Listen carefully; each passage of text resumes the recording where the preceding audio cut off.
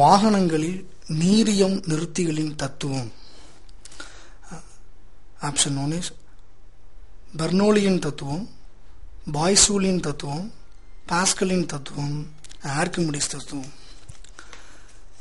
First point, பெர்னோலியின் தத்துவம் is a wrong answer because பெர்னோலியின் தத்துவம் ஒருபுறம் அழுத்தம் குறைவாகவும் மறுபுறம் அழுத்தம் அதிகமாக இருக்கும் அந்த தத்துவத்தை பற்றி சொல்லக்கூடியதான் அந்த பெர்னோலியின் தத்துவம். ஆப்ஷன் நம்பர் 2, பாய்சூலின் தத்துவம் இஸ் நாட் ரைட் ஆன்சர். ஏன்னா அதுக்கும் இந்த வாகனத்துக்கும் சம்பந்தமே இல்லை, வேற ஒரு பிரின்சிபல். பாஸ்கலின் தத்துவம் இஸ் எ ரைட் ஆன்சர். ஏன்னா ஹைட்ராலிக் பிரேக்கர், நீரியம் நிறுத்தியல் அப்படிங்கிறது ஹைட்ராலிக் பிரேக். இந்த பிரேக் எதப்படி இயங்குதுன்னா இந்த பாஸ்கலின் தத்துவப்படி தான் இயங்குது. எப்படின்னு கேட்டீங்கன்னா, அழுத்தம் குறைவான பகுதியிலிருந்து ஒரு அழுத்தம் கொடுக்கும்போது அந்த அழுத்தமானது பரப்பு அதிகமான இடத்தில் கூட கொடுக்கப்பட்ட அழுத்தமானது சமமாக பரப்பு அதிகமுள்ள இடத்திற்கும் பாயும். எனவே வாகனங்களில் நீரியம் நிறுத்தியின் தத்துவம் பாஸ்கலின் தத்துவத்தில் தான் இயங்குகிறது. ஆப்ஷன் 4, ஆர்கிமிடிஸ் தத்துவம் ஒரு மிதவை தத்துவம், அதற்கும் இந்த நீரியல் நிறுத்திகளுக்கும் எந்த சம்மந்தம் இல்லை. எனவே பாஸ்கலின் தத்துவம் இஸ் ரைட் ஆன்சர். மோட்டார் வாகனத்தில் பயன்படுத்தப்படும் கதவு கண்ணாடி எந்த வகையினை சார்ந்தது? ஆப்ஷன் 1 சாதாரணமானது, ஆப்ஷன் 2 இலைகளால் ஆனது, மிகவும் கடினமானது, ஒளி புகாதது. ஃபர்ஸ்ட் பாயிண்ட் வரும், சாதாரணமானது. இது தவறான விடை.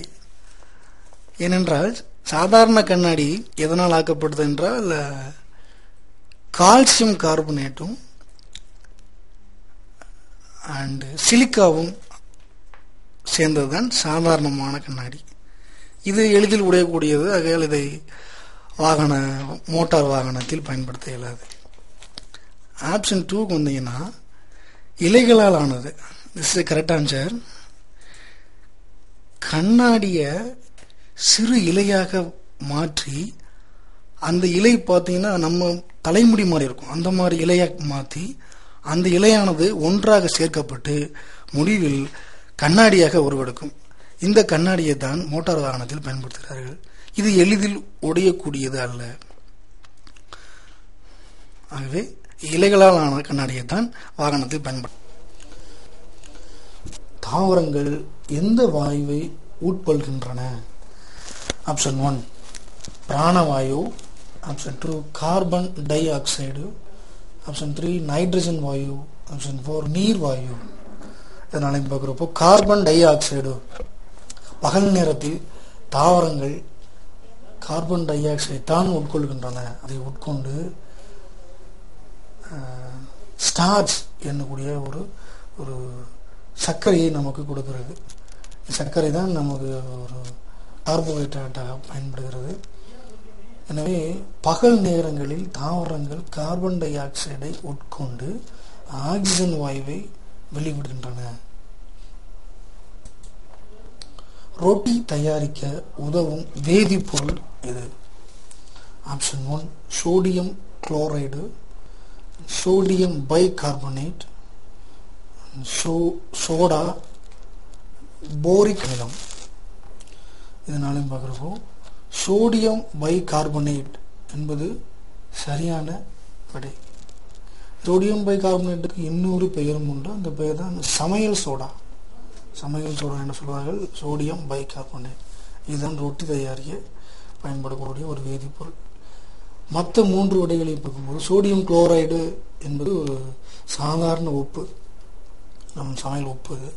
சோடா என்பது சோடியம் கார்பனேட், அப்படி சொல்லி சோடா. போரிக் அமிலம் என்பது ஒரு கார்பாக்சிலிக் ஆசிட். எனவே சோடியம் பைகார்பனேட் தான் ரொட்டி தயாரிக்க உதவும் ஒரு வேதிப்பொருள் அல்லது சமையல் சோடா. மெஜெண்டா என்பது ஆப்ஷன் 1.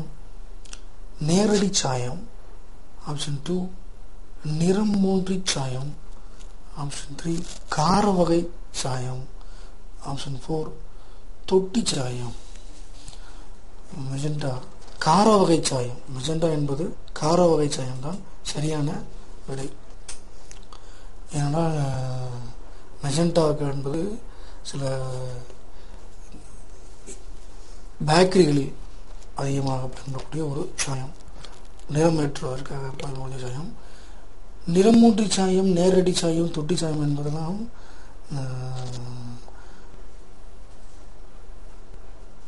திருப்பூர் இல்லை அந்த திண்டுக்கல் போன்ற இடங்களில் பயன்படுத்தக்கூடிய ஒரு சாயங்கள். எனவே மெஜெண்டா என்பது கார வகை சாயம் என்பது சரியான விடை. கொலஸ்ட்ரால் அளவு குறைவாக உள்ள எண்ணெய் எது? ஆப்ஷன் 1. கடல். இதயத்தை சுற்றியுள்ள உறைக்கு என்ன பெயர்? ஆப்ஷன்ஸ் ப்ளூரா, சார்கோலெமா, அரக்னாய்டு சவ்வு, பெரிகார்டியம். சரியான விடை பெரிகார்டியம். இதயத்தை சுற்றியுள்ள உறைக்கு பெரிகார்டியம் என்று பெயர். நுரையீரலை சுற்றியுள்ள உறைக்கு ப்ளூரா என்று பெயர். தசை நாரை சுற்றியுள்ள படலம் சார்கோலெமா ஆகும். சரியான விடை பெரிகார்டியம். மனித இதயத்தில் உள்ள அறைகள் எத்தனை? ஆப்ஷன்ஸ் 4, 3, 2, 5. சரியான விடை 4. வலது ஆரிக்குள் வலது வென்ட்ரிக்கிள் மற்றும் இடது ஆரிக்குள் இடது வென்ட்ரிக்கிள் என 4 அறைகள் காணப்படுகின்றன. சரியான விடை 4. இதய சுவரிலிருந்து ஆக்சிஜனேற்ற இரத்தத்தை கொண்டு வருவது எது? மேல் பெருஞ்சிரை, கரோனரி தமனி, கரோனரி சைனஸ், கீழ் பெருஞ்சிரை. சரியான விடை கரோனரி சைனஸ். மேல் பெருஞ்சிரை மூலம் சுத்திகரிக்கப்படாத ரத்தம் உடலின் பல பகுதியிலிருந்து கொண்டு வரப்படுகின்றது. கரோனரி தமனி மூலம் சுத்திகரிக்கப்பட்ட ரத்தம் கொண்டு வரப்படுகின்றது. சரியான விடை கரோனரி சைனஸ். இதய துடிப்பை கட்டுப்படுத்தும் நரம்பு எது? ஆப்ஷன்ஸ் எபிபைசிஸ், டைன்செப்லான், அல்ஃபாக்டரி நரம்பு, வேகஸ் நரம்பு. சரியான விடை வேகஸ் நரம்பு. இதய துடிப்பை வேகஸ் நரம்பு கட்டுப்படுத்துகிறது. எபிபைசிஸ் என்பது வட்ட அமைப்புடைய நீல எலும்பு ஆகும். டைன்செப்லான் என்பது முன்மூளையின் ஒரு பகுதியாகும். இது தலாமஸ் மற்றும் ஹைப்போதலாமஸை இணைக்கின்றது. அல்ஃபாக்டரி நரம்பு என்பது நறுமணத்தை உணரும் கருவியாக பயன்படுத்தப்படுகிறது. இதய துடிப்பை கட்டுப்படுத்தும் நரம்பு வேகஸ் நரம்பு ஆகும். விட்டமின் சி குறைபாட்டினால் ஏற்படும் நோய் எது? ஆப்ஷன்ஸ் காலரா, கக்குவான் இருமல், பெரிபெரி, ஸ்கர்வி. சரியான நோய் ஸ்கர்வி. டயாமின் B1 குறைபாட்டினால் பெரிபெரி நோய் ஏற்படுகிறது. காலரா நோய் விப்ரியோ காலரே என்ற பாக்டீரியாவினால் ஏற்படுகிறது. சரியான விடை ஸ்கர்வி. மனித உடலுக்கு அவசியமான உணவு சத்துக்கள் யாவை? ஆப்ஷன்ஸ் சுண்ணாம்பு சத்து, இரும்பு சத்து, விட்டமின்கள், கால்சியம். சரியான விடை விட்டமின்கள். மனித உடலுக்கு அவசியமான சத்துக்கள் விட்டமின்களாகும். இரும்பு சத்து குறைவினால் இரத்த சோகை ஏற்படுகிறது. சுண்ணாம்பு சத்து, கால்சியம் குறைவினால் ரிக்கெட்ஸ் நோய் ஏற்படுகிறது. சரியான விடை விட்டமின்கள். நீண்ட காலம் வாழும் உயிரினம் எது? ஆப்ஷன்ஸ் யானை, காண்டாமிருகம், திமிங்கலம், ஆமை. சரியான விடை திமிங்கலம். நீண்ட காலம் வாழும் உயிரினம் திமிங்கலம் ஆகும்.